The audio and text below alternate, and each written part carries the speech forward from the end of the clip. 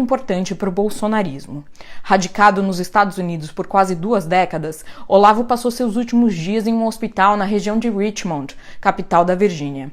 E embora tenha dito à BBC News Brasil em maio de 2020 que não pensava mais voltar ao Brasil nem mesmo para visitar, ele esteve no país no ano passado justamente para cuidar da saúde. Olavo lidava há tempos com problemas cardíacos e renais, mas há 10 dias seu canal no Telegram avisou aos seguidores que suas aulas de filosofia teriam de ser canceladas porque Olavo havia contraído Covid, cuja gravidade ele sempre contestou. Em janeiro de 2021, por exemplo, ele questionou em suas redes: o vírus mocoronga mata mesmo as pessoas ou só ajuda a entrar nas estatísticas? A família de Olavo de Carvalho não informou a causa do óbito. A notícia de sua morte gerou uma onda de homenagens que revelam a importância de Olavo. O presidente Jair Bolsonaro escreveu no Twitter: nos deixa hoje um dos maiores pensadores da história do nosso país, o filósofo e professor Olavo Pimentel de Carvalho. Olavo foi um gigante na luta pela liberdade e um farol para milhões de brasileiros. Seu exemplo e seus ensinamentos nos marcarão para sempre. Já o deputado federal Eduardo Bolsonaro, que costumava visitar Olavo nos Estados Unidos, afirmou: aqui na Terra, seus livros, vídeos e ensinamentos permanecerão por muito tempo ainda. O vereador Carlos Bolsonaro escreveu: ao professor Olavo, a minha eterna gratidão por sua dedicação ao conhecimento, que semeou em uma terra arrasada chamada Brasil. Outras personalidades na atual direita brasileira, como a ministra da Mulher e dos Direitos Humanos Damares Alves, o ex-ministro do Meio Ambiente Ricardo Salles, o ex-chanceler Ernesto Araújo e o ex-ministro da Educação Abraham Weintraub, fizeram manifestações de desagravo e de agradecimento a Olavo. Sem formação acadêmica, Olavo buscou projeção ao longo da vida com colunas de opinião conservadora em jornais como Folha de São Paulo e O Globo, mas costumava dizer que só deu certo no Brasil depois que saiu dele.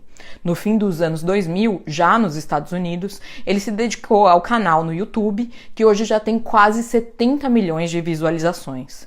Em seus vídeos, mesclava conhecimentos religiosos com citações de filósofos, exploração de teorias da conspiração e perorações anti-Estado e anticomunismo.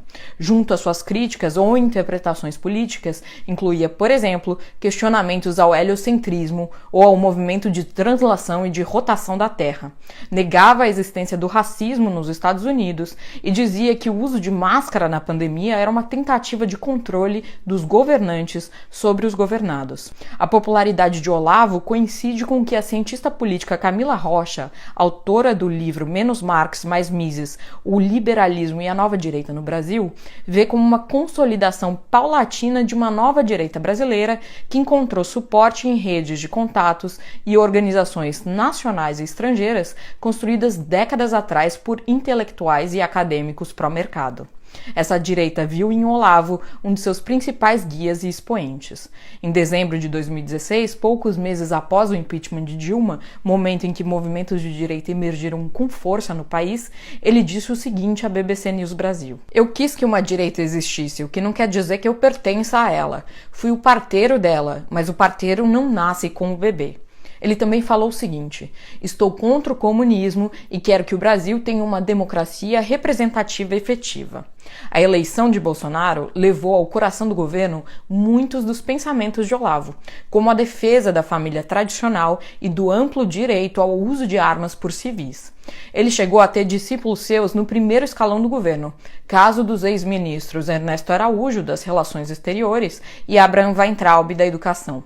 Hoje, o governo ainda abriga olavistas, como o secretário de alfabetização do Ministério da Educação, Carlos Nadalim, e o assessor especial para assuntos internacionais da presidência, Felipe Martins. O grupo, no entanto, acabou perdendo espaço para setores mais pragmáticos com a entrada na gestão Bolsonaro de integrantes do Centrão.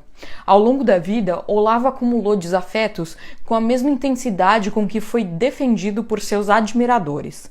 Nos últimos anos, brigou inclusive com antigos seguidores ilustres, como o cantor Lobão, um dos expoentes da direita que se afastou de Bolsonaro. Em entrevista ao portal UOL, Lobão afirmou: Jair Bolsonaro foi inventado pelo núcleo olavista. Em 1º de abril de 2014, no aniversário do golpe militar, Olavo convidou o então obscuro deputado Jair Bolsonaro para uma entrevista. Trouxe o Jair para a ribalta e começaram a chamá-lo de mito e o insuflaram. Olavo é o homem que está colocando fogo no circo. Olavo é dono do governo e rege o Brasil, afirmou ainda o cantor na mesma entrevista. Mas Olavo dizia detestar ser chamado de guru do governo Bolsonaro e mantinha com a gestão uma relação de choques e afagos. Sobre o presidente Bolsonaro, ele me disse numa entrevista para a BBC News Brasil em maio de 2020.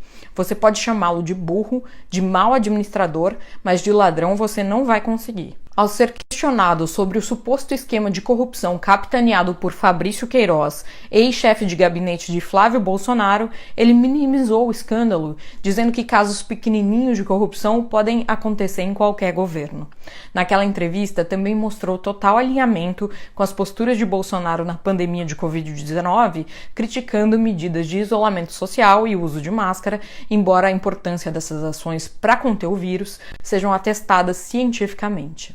Por outro lado, defendeu remédios sem eficácia comprovada em pesquisas científicas, como a hidroxicloroquina.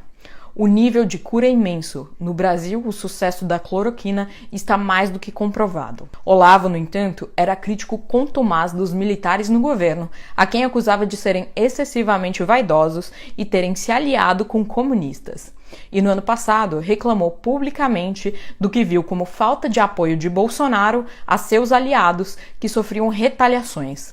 Desde o primeiro semestre de 2020, parlamentares e apoiadores de Bolsonaro têm sido alvos de ações da Polícia Federal por ataques considerados autoritários contra o Supremo Tribunal Federal e o Congresso Nacional.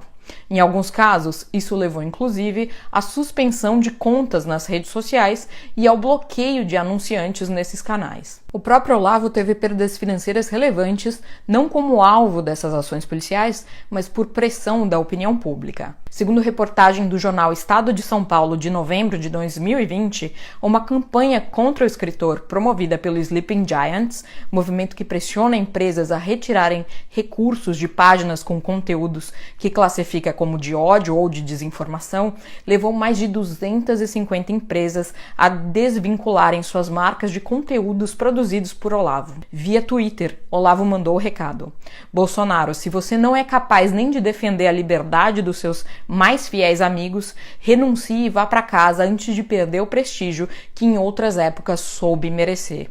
Depois, em outra mensagem, disse que não estava defendendo uma saída imediata do presidente. Não pedi renúncia nenhuma, pus a coisa no condicional.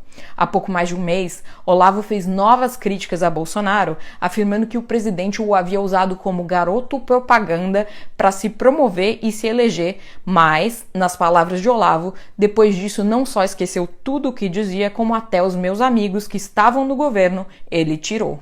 Enquanto falava, Olavo tinha a seu lado os ex-ministros Ricardo Salles e Abraham Weintraub.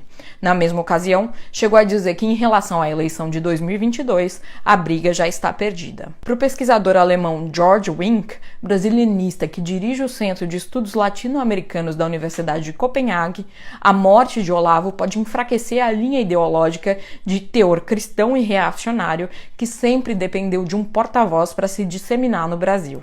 Seus seguidores, na visão de Wink, precisarão agora encontrar um novo líder para representar essa vertente de pensamento. É inegável, no entanto, o impacto que ele teve